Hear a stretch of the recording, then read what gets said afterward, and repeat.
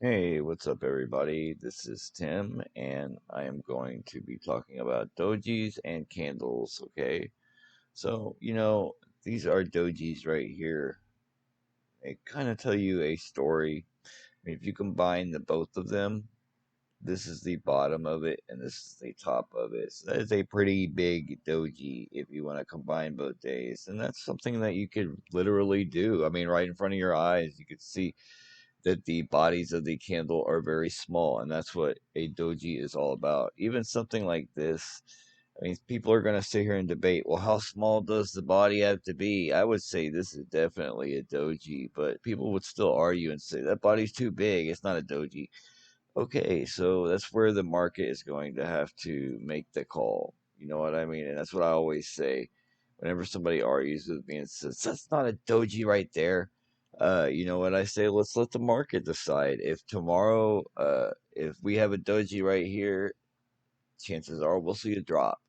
And that's why I say this kind of is reminiscent of a doji. It may not be a perfect doji, but that's why I am saying it looks like an indecisive candle because these candles before it, I can't believe it's disconnected on me. Okay, looks like everything looks good now. Okay, let's see if it keeps working.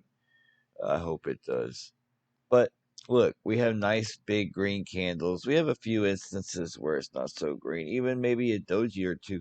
But on the way up on an uptrend, that's not when you have to worry about a doji. They form occasionally, in a day that is kind of up or down, and they may even surprise some traders. But ultimately, we power through it, and not dojis aren't the end of the line. If there's no doji, it doesn't mean there's definitely going to be a reversal. But there are instances where that's the case, and these are both good examples of a doji, and this is a daily time frame. What I want to do is show you an example. Okay, so this is a good example. Look, up, up, up, up, down. What's that? That's a nice example of a doji right there. A doji showed up, a nice cross looking. The bottom. This is a perfect example of a reversal. And it doesn't necessarily mean it's always going to have a reversal when this happens, but you can expect it more or less. No, I don't want to say bet, or you can expect it. Saying that it sounds like it's always happens. It doesn't always indicate a reversal, guys. So you have to play it by ear. But if you would have bought just on this doji alone, you could have made quite a bit of profit because look, we went from. I mean, I'm gonna say you bought towards the close of the doji, so 17K. It went all the way up to 19.8. So I mean, that's a 2,800 gain. That's a nice gain, guys. I mean, that's just because you played this doji.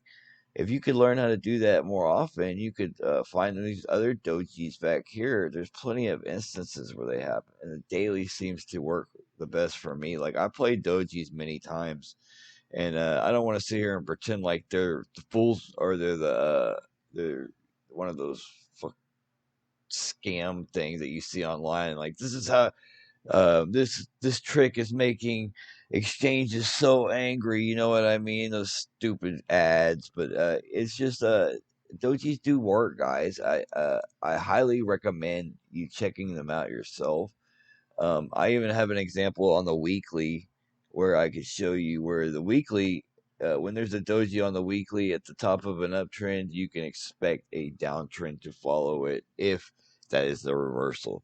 Now, just because there's a doji doesn't necessarily mean you're going to have to wait for a confirmation, and as a trader, you're just going to have to learn how to deal with what information you have at any given time, guys. It's not going to always be easy.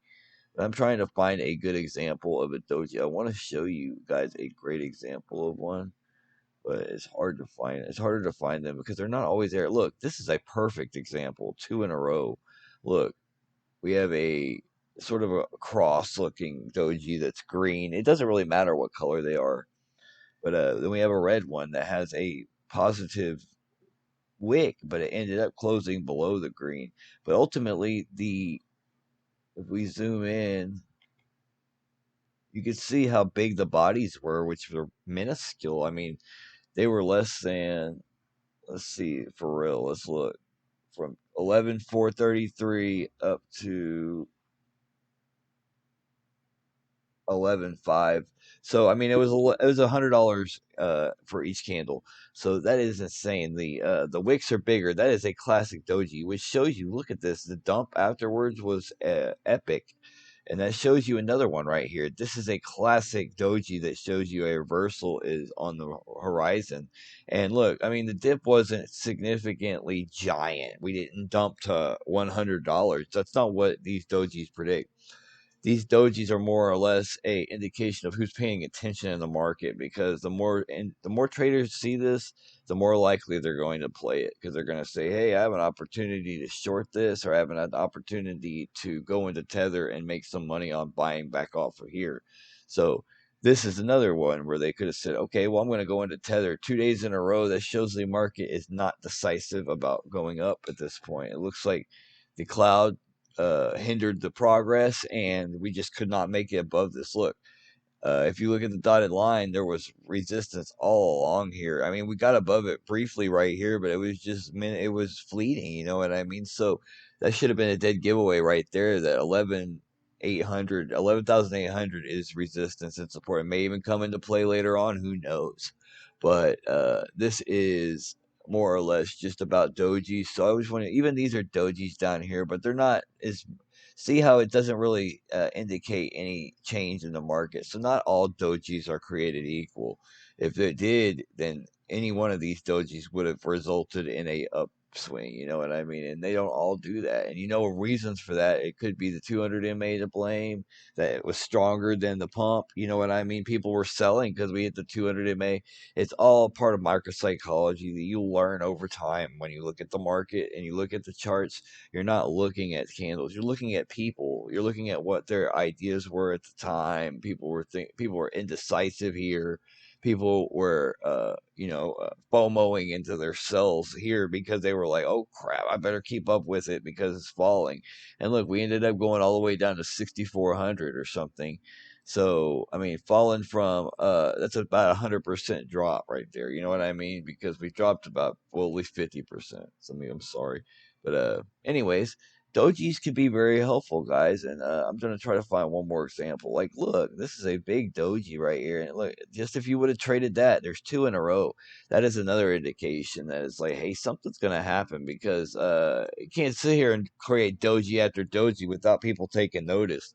And we had a big red candle here, and that shows you that the market, and this big wick, these two big wicks in a row, show you that the market was not ready for that dip. Even though it did eventually happen, it just wasn't ready at that time. And that's a good opportunity to make a quick buck over those rebounds. And that happens often, guys. These big, deep wicks show you, hey, the bulls are saying, I'm not going any deeper than that. And look, we bounce all the way up here. We eventually do go deeper, but it kind of, these big wicks are an indication that, hey, it's not going to happen right now. And same with all over here. You see a lot of deep wicks in these areas, especially but closer we get to 2017.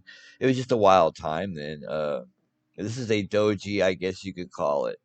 But I don't want to make this whole video about dojis, but dojis are very important as far as I'm concerned. If you want to if you notice them on the chart, try to trade them occasionally. Just make sure you use a stop loss. Don't get cute with your trade and think, oh, it's a doji, I know it's going to go through, because that's the time it's not going to work, guys. And you just saw a bunch of examples that never had a pump or a dump afterwards. So that kind of shows you that not at all dojis are created equal. Now, since we're talking about candles, I'm gonna go ahead and explain. Man, I went pretty far back looking for dojis. I couldn't believe it. Let me get back to my. I'm pretty sure there's an easier way to do this. Somebody's gonna be like, "Tim's an idiot," but I'm sorry. I'm just trying to get back to the current day. I'm just gonna use some of these current candles to show you guys a little bit. Okay, so you see this big red candle. This is a big red daily candle. Okay, so a candle is very simple. It starts here. This is where it opens, okay? So you see the top where the dotted line crosses the red candle right here, this one. This is right about here. 35,428. Let's go ahead and look at exactly what it was. You know how I can tell that is by looking at these numbers right here. So I can hold the mouse on this and you can look up there and see it says O, which is the opening of the candle. It was at $35,468. So you actually have precise measurements. The high of the candle where the wick topped out was 35,600. So it's a little bit higher. The wick's very small though. And then the low of the candle was actually $30,071. So that was actually the actual lowest of the entire 24 hours we went was 30,071, and then we ended up rebounding a bit before we closed at $30,866. So that's how you read a candle, guys. You can hold the mouse on there and read these numbers, okay? The O stands for the open, the H stands for the high, which is the upper part of the candle. So the high of this candle is going to be right there where the dotted line matches up with the top of the candle. That's the high, and that's how high it got in that time period. So if you're looking at a daily candle, this is 24 hours. So over that day, it got all the way up to about 37,900 before it came back down. And it closes at 6 p.m. at night Central Standard Time. So it closed at about 36,600.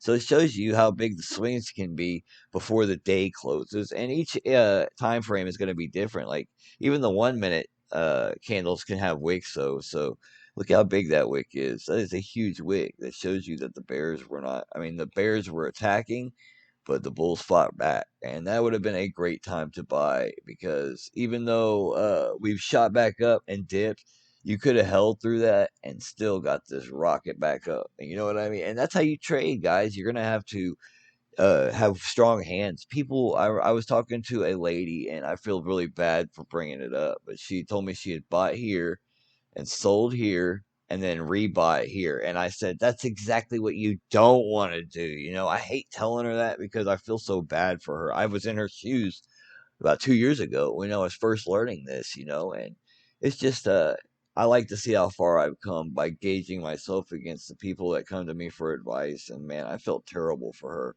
So she's working on getting into the course, but in the meantime, I try to give her a little bit of advice to say, hey, stop knee jerk selling. You know what I mean? These dojis and stuff like that, they may indicate, hey, the market's about to change direction, but you don't have to sell at the least opportune times and buy at the least opportune times. That is just new behavior, and that's what my course tries to eliminate. Okay, and I'm not trying to plug my course here, but just so you guys know, I don't like when seeing people lose money.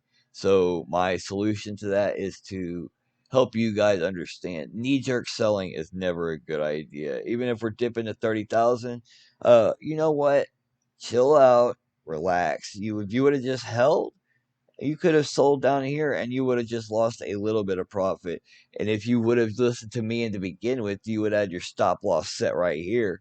And when we started dipping, it would have tripped and you would have been out of that trade already way up there. And then you could have thought about rebuying down here. So that's what I'm saying, guys. I'm not sitting here trying to toot my own horn, even though I am. I mean, I'm not trying to say I told you so, but I told you so. I'm just joking. But anyways, the dip did rebound quite nicely, and even though it's a lower high and it's ultimately bearish, you still could have made a lot of money on that trade. And these candles are all telling you a huge story. This is all like, hey, the bulls were trying their hardest to fight back. The bears were taking their chunks out of our skin. I mean, they were fighting us like a dang wild animal. Took us all the way down to 30,500 that day. This was the one of the biggest dips in Bitcoin history right here. It was 25% of Bitcoin. Let's just put it that way. And then we recovered another 15% of that, or 15% of it. So you know what I mean. Ultimately, we recovered. But look, they dip right back off. So this is ultimately bearish. But these candles are all telling you a story. You know what I mean.